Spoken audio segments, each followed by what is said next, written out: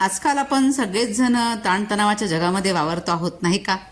त्यामुळेच सगळ्यांचं शारीरिक मानसिक आरोग्य खराब होताना दिसते आहे. तर मग आज आपण 2 प्राणायाम बघणार आहोत. डीप ब्रिदिंग आणि अनुलोम विलोम. हे जर प्राणायाम तुम्ही रोज 5-5 मिनिटं केले तर नक्कीच तुमचं जीवन बदलून जाईल. चला तर मग बघूया आज आपण 2 प्राणायाम. सगळ्यात पहिला प्राणायाम करायचा तो म्हणजे डीप ब्रिदिंग. म्हणजे श्वास घ्यायचा 5 सेकंदापर्यंत, होल्ड करायचा आणि पुन्हा 5 सेकंदामध्ये श्वास बाहेर सोडायचा. हा प्राणायाम तुम्ही 5 मिनिट करू शकता. यामुळे तुमचं हृदय, मेंदू आणि मन सर्वांनाच शांती मिळते. त्यानंतर पुढचा प्राणायाम आपण बघणार आहोत अनुलोम विलोम.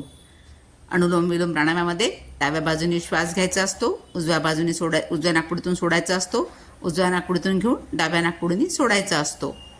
हे एक चक्र असं तुम्ही 5 मिनिट हा प्राणायाम करू शकता. या प्राणायामामुळे काय होणार आहे, तुम्हाला तुमचे फुफ्फुस मजबूत होतील, तुमचं पचन चांगलं होईल, तुमचं ब्लड प्रेशर नियंत्रणामध्ये येईल, ताणतणाव कमी होतील, एकाग्रता वाढेल.